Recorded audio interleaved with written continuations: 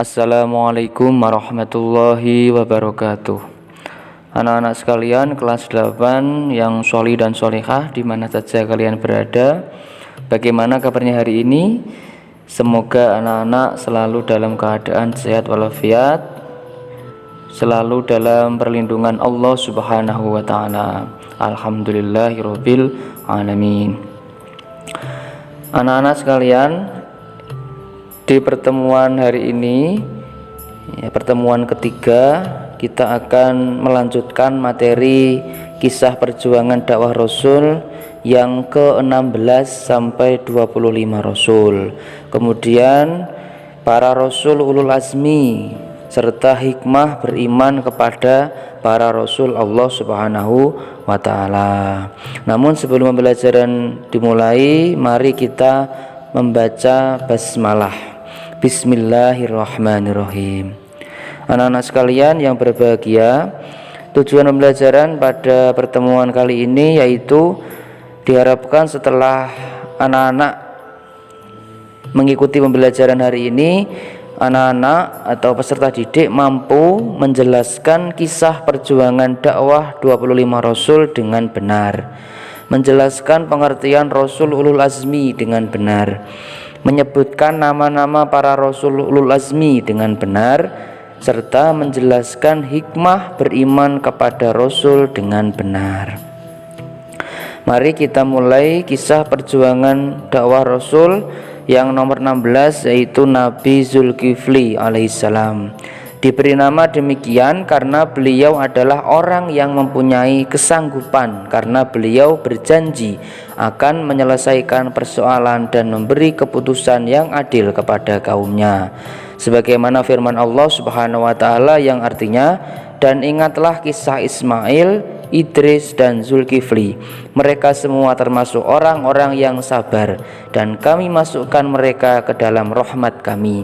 Sungguh mereka termasuk orang-orang yang soleh.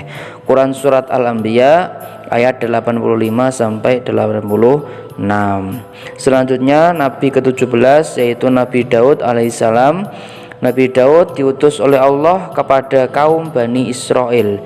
Pada saat Jalut berlaku sewenang-wenang menindas dan mengusir kaumnya, Allah memberikan kelebihan kepada Nabi Daud alaihissalam, yaitu dapat melunakkan besi dan gunung serta burung bertasbih kepadanya. Sebagaimana firman Allah, Bismillahirrahmanirrahim, walaqad ataina Dawuda minna fadla ya jibalu awwibi ma'ahu wat-thair wa alanna lahul hadid. Shadaqallahul azim. Dan sungguh telah kami berikan kepada Daud karunia dari kami. Kami berfirman, wahai gunung-gunung dan burung-burung, bertasbihlah berulang-ulang bersama Daud, dan kami telah melunakkan besi untuknya. Quran Surat Saba ayat 10. Selanjutnya Nabi ke-18 yaitu Nabi Sulaiman alaihissalam. Nabi yang mewarisi ilmu pengetahuan dan kitab Zabur milik Daud alaihissalam. Beliau memiliki tentara dari jin, manusia dan burung-burung.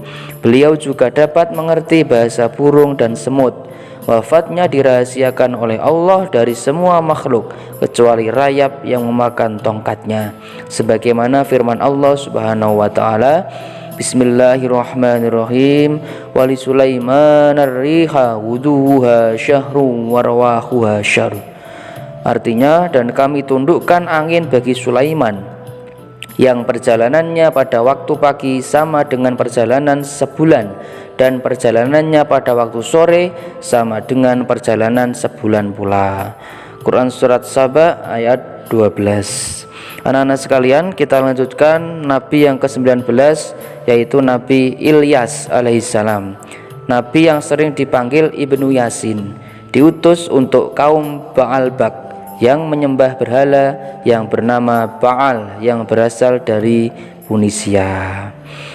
Nabi ke-20 Nabi Ilyas alaihissalam diangkat oleh Allah menjadi Rasul untuk kaum Bani Israel yang membawa risalah kenabian menggantikan Nabi Ilyas, sebagaimana firman Allah Subhanahu wa ta'ala, Bismillahirrahmanirrahim, wa Ismaila wal Yas'a wa Yunusa wa Luta wa kullam faddalna 'alal 'alamin.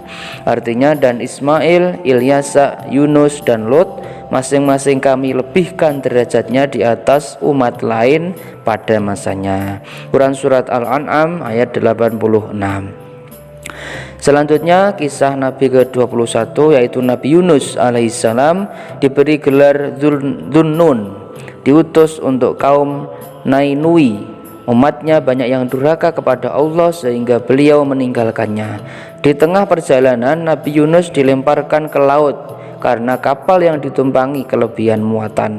Atas pertolongan Allah, Nabi Yunus yang ditelan ikan paus yang sangat besar dimuntahkan kembali hingga terdampar di daerah yang tandus dan tidak ada makanan kecuali pohon yaktin atau semacam labu. Nabi ke-22 Nabi Zakaria alaihissalam diangkat menjadi rasul untuk kaum Bani Israel, dikenal sebagai nabi yang gigih memperjuangkan agama Allah dan tidak pernah putus asa. Setiap berdoa, beliau selalu memohon agar memiliki seorang anak yang nantinya akan melanjutkan tugasnya menyeru umat kepada kebenaran. Sebagaimana firman Allah Subhanahu wa taala, Bismillahirrahmanirrahim. Hunalika da'a Zakaria rabbah qala rabbi habli min ladunka dzurriyyatan thayyibah innaka sami'ud du'a. Artinya, di sanalah Zakaria berdoa kepada Tuhannya. Dia berkata, ya Tuhanku, berilah aku keturunan yang baik dari sisimu. Sesungguhnya Engkau maha mendengar doa. Quran surat Ali Imran ayat 38.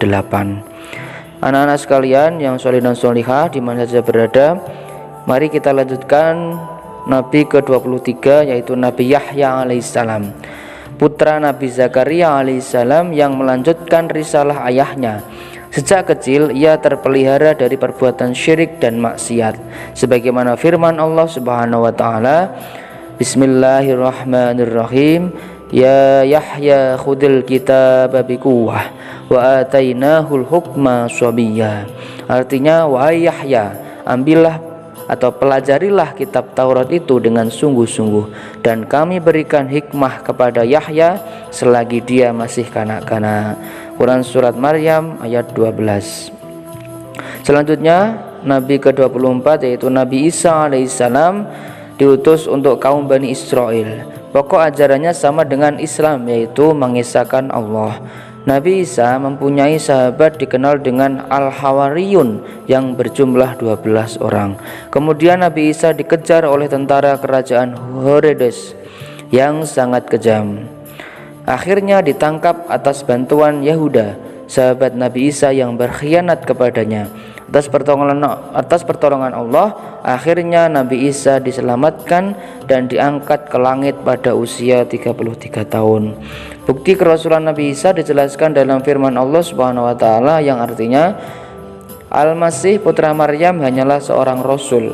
Sebelumnya pun sudah berlalu beberapa rasul, dan ibunya seorang yang berpegang teguh pada kebenaran. Quran surat Al-Maidah ayat 75.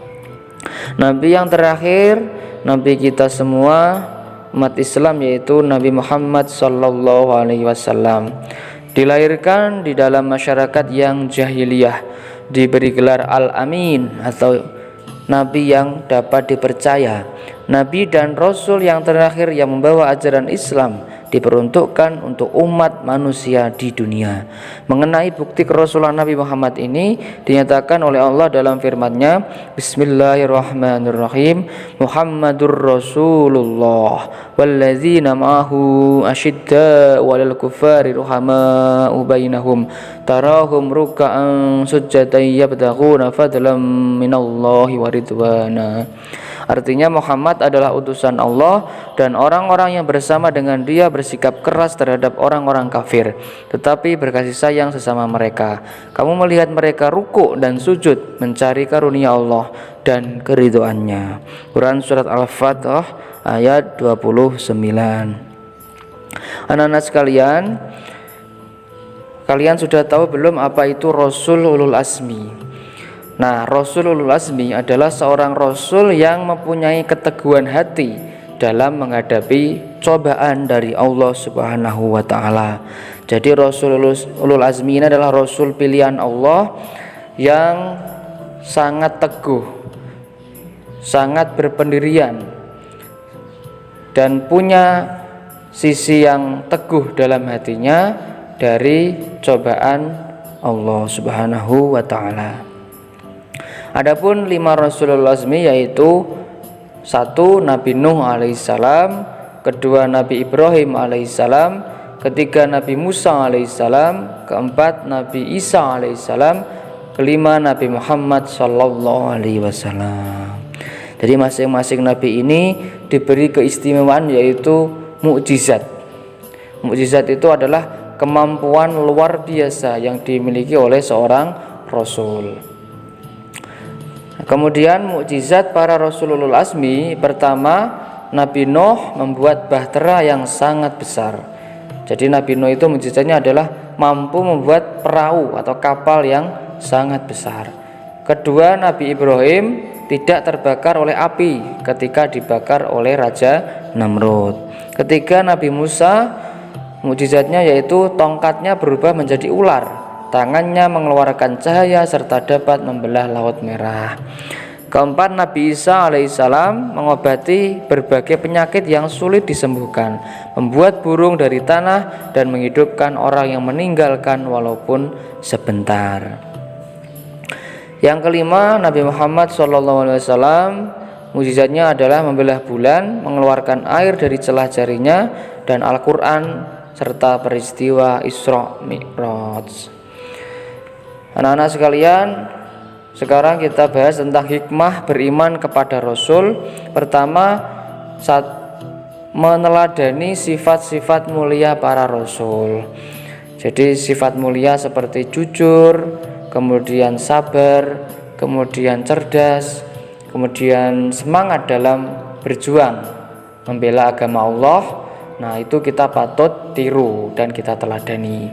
Yang kedua adalah pelajaran bagi kita untuk senantiasa menjaga keimanan dan perilaku agar sesuai dengan ajaran Allah Subhanahu wa taala.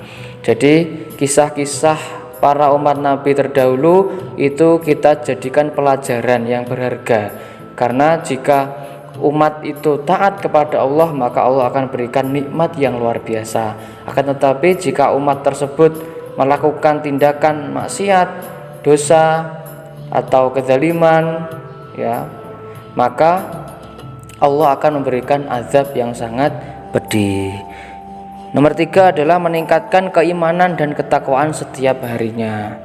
Yang keempat, kita selalu patuh dan taat kepada Allah, ya, menjauhi segala larangannya dan menjalankan segala perintahnya. Begitulah anak-anak pembelajaran kita hari ini. Jika dirasa belum paham tentang materi ini bisa ditanyakan langsung melalui WA atau telepon langsung. Untuk tugasnya langsung nanti bisa dilihat di Google Classroom, ya. Nanti ada latihan soal tentang materi meneladani sifat-sifat mulia para Rasul Allah.